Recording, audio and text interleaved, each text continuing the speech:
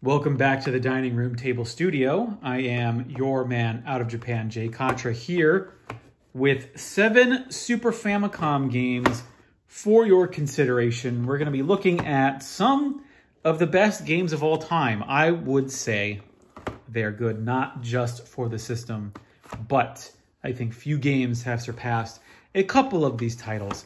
And at the very top, we are going to begin with Mystic Quest, also known as Final Fantasy USA. If I'm remembering correctly, Square was trying to find a way to introduce Final Fantasy, or really RPGs in general, to American audiences. And one thing they developed was Mystic Quest, which was, a lot more exciting. Felt like it had a lot more action in it than a traditional Final Fantasy game. Love the big artwork here. Very reminiscent of, if you saw in the previous video, we saw some of this chibi-looking artwork for the main characters in Final Fantasy VI. And it's great to see it reproduced here.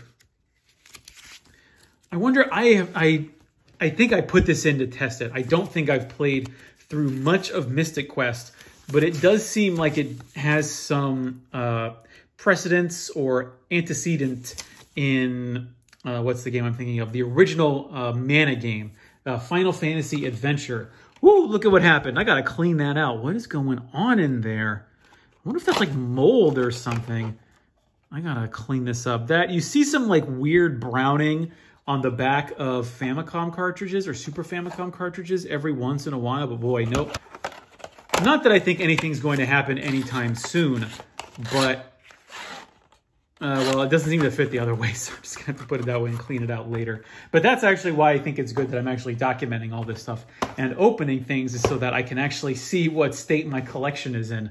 Moving on, let's go to Final Fight, one of the best 2D beat-em-ups that I have ever played. I haven't played them all, but I think I've played enough to make a judgment like that. I know that Streets of Rage is pretty similar, and I love Streets of Rage. That's what's so great about Final Fight, is that if you loved Final Fight, not only are there 3 others actually, if you count Guy, 3 other Final Fights for the system that you can play. You've also got 3 other Streets of Rages. Streets of Rage is that Streets of Rage that you can play.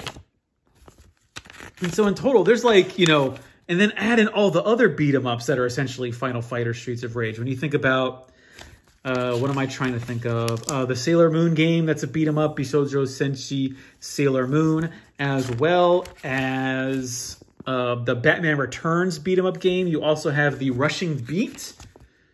Am I saying that title correctly? Oh, and here's all your enemies. You've got Damned. Hope YouTube doesn't demonetize this. Sodom, Eddie E, and Abigail. Look at this fantastic artwork. We got Poison. We got all these dudes here. Some tall, some a bit squat.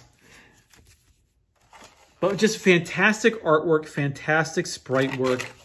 It all came together with Final Fight. And I would say that Final Fight 2 is even better, because I don't think I've played Final Fight a lot, the original Final Fight. I don't think I've ever actually cleared it, because it gets really tough towards the end. Final Fight 2, on the other hand, I have actually managed to beat. I haven't played it recently. I did play the Capcom Beat 'em Up bundle came out, and that has the arcade version of Final Fight on it.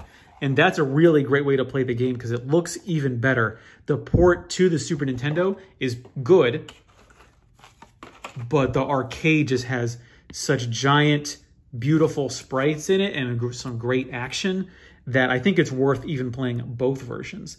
So who can you play as? Hagar, Maki, and Carlos! Maki, new character, if I'm remembering correctly. Hagar, you could play as him in the previous game. And then Carlos, who is he supposed to be like a stand-in for Guy? If I'm remembering, because the original Final Fight for the Super Nintendo, you could only play as 2 characters. You could play as Hagar and the blonde dude. Joey? I can't remember his name. Of course I'm going to remember Hagar, though. We got cool ninja moves, and he's got a katana. But he's, like, got the katana, but Carlos doesn't ever use it. Like, he'll use all of these other weapons, but he won't even, like, use the sword that's on his back. It's like, okay, thanks. Thanks for nothing, I guess. Oh, you go to, let's see, round 1, you go to Hong Kong. You face On. Next, you go to France. Then you go into the Netherlands. And you also go to the UK. I remember that. I definitely remember that. You got the bonus levels. Oh, my God. Blowing up my car. Oh, and here's all the little enemies. Let's see. Marie, Eric, Eliza, Mick, Ari Joe, Eriyasu, Eriotto, Eddie Joe, Jack. Well, there's such really cool backstory to all of the Final Fight games that I think you do lose it a little bit when you can't see it in the manual, which is unfortunate that the box for Final Fight Tough is so expensive. But Final Fight 2, on the other hand, is still fairly cheap. Like, I wouldn't pay more than $20 for that game. Then we get one of the best RPGs of all time. I don't think it's better than Super Mario RPG, but that's just my personal bias.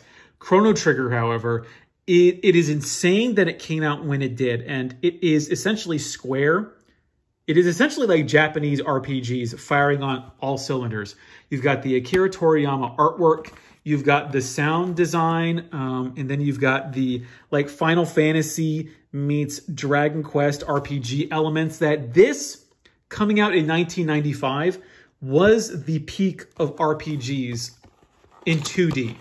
Like, you know, Final Fantasy VII, and that's pretty good. RPGs would certainly get better in certain technical aspects, but I think in terms of 2D RPGs, I don't think any of them has surpassed Chrono Trigger. It's got the best artwork.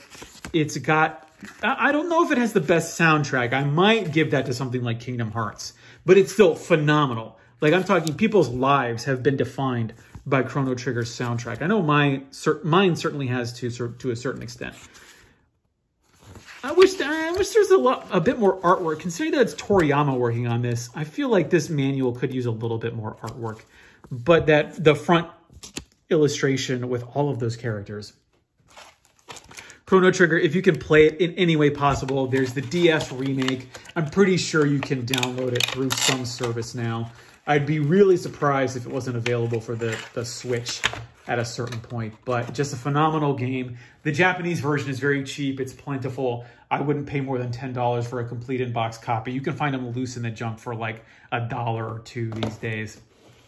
Moving on to Pack in Time. This is a really strange title. I remember I bought it just because it was when I first went to Japan and I was like, oh, I'll just buy Super Nintendo games that I haven't seen before. And so I picked up Pack in Time. And I played it a little bit. It's fine. It's sort of like Pac-Man action platforming, which is a weird direction for the series to go in, but that's what they decided they were going to do. And I don't know if anybody has any like serious love for it. It's fine. I don't want to say that it's like a terrible game. It certainly is not that. But I do think it does have a little bit less of the, when you're in game. Looking at the manual, it's got really cool cartoony Pac-Man in it. But when you actually get down to like the gameplay, you're just like, it's not the same. It's okay. It's got a cool, like, it's a cool like thought to it that, oh, the monster, why do the ghosts come back in time with you? Like, it's very clear that you're like, you know, traveling through time. You're going to see dinosaurs and giant monsters that were able to live on Earth because of the different time periods and ecologies. But why is Pac-Man traveling through time? I don't get it. I don't understand why Pac-Man has to be the one that does that. But someone at Namco back in the early 1990s thought it was a good idea, so they did it. Next, we will go to my really beat up copy of SimCity. You don't often see this. Usually boxes are kept in really good shape. But you can see here, I don't know if this was on purpose or if some kid had this before and someone just drew a bunch of circles and pen around it. But this is the Super Famicom release of SimCity. SimCity was originally supposed to come out on the NES, the Famicom, but for some reason, and I think Nintendo, did Nintendo develop this? Well, I mean, obviously Maxis made the original version, but I'm pretty sure that Nintendo, oh God. Oh no. Oh my God. These maniacs photocopied. Oh my God. What? Someone just photocopied the manual and put it in? I don't think this is how the manual is supposed to come. I'm fairly sure. Why would someone do this? What? I don't know what this is. Oh my God. See, this is what happens when you let your game just sit in a closet for more than like 5 or 6 years. You just don't see what's so weird about it. And I completely forgot. I'm pretty sure I must have played this a little bit at some point, but I guess I was just like, then like a 1980s view of Manhattan there in the background. What a bizarre cartridge. What a bizarre game. And then just a couple years later, SimCity 2000 would come out and it exceeded in, I think, every way. We're going to end the video, round things out with Dragon Quest VI. Look at that Toriyama artwork. Looks like it could be a Dragon Ball game, but no, it is Dragon Quest VI. This is no, because 7 was for the PlayStation. This would be the final entry of Dragon Quest for the Super Nintendo. That's when, I mean, I think if you want to know what killed the N64, it was probably not having a Dragon Quest game on it. There was this legend back in the day that was propagated by video game magazines that Japan had to have a public holiday every time Dragon Quest was released, because if they didn't, people weren't going to show up to work or school anyways. I believe the games are usually released on Saturday anyways, so maybe people just thought that, oh no, it's released on a weekend, so that means Japan's declaring a holiday. I don't get where that rumor started, but it is still. The reason that rumor makes sense is because it is an insanely popular series, even so into the era of the Super Nintendo, to where you can find this game. Look, it costs $3 at a hard off for a complete in-box Super Nintendo game.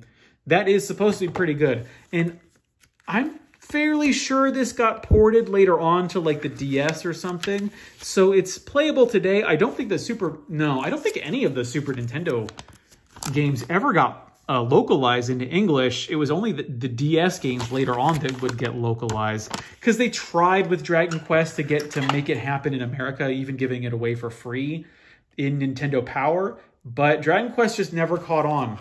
And I kind of understand it. I've cleared 8. I love 7. But Final Fantasy is the way you gotta go. I much prefer Final Fantasy over Dragon Quest, although I'm sure there's some people who are watching this video who love Dragon Quest, and I don't fault you 1 minute. It's a great series of games. But if I've got to choose between the two, I'm choosing Final Fantasy. But then ultimately, I'm just choosing Super Mario RPG anyways. So that has been a bunch of games for the Super Nintendo. Hope you saw something you liked. Hope I maybe inspired you to get a couple of these games, because, man, especially these Final Fight games and Chrono Trigger, these are some amazing games. I've got to make sure that box stays up over there. Okay, so that's it for me. If you want to help support the channel and get exclusive content, you can head over to patreon.com/jcontra, where I have some patron-only videos and polls that help determine the future of the channel. I have been your man out of Japan, Jay Contra. Thanks for watching. See you next time, and mahalo.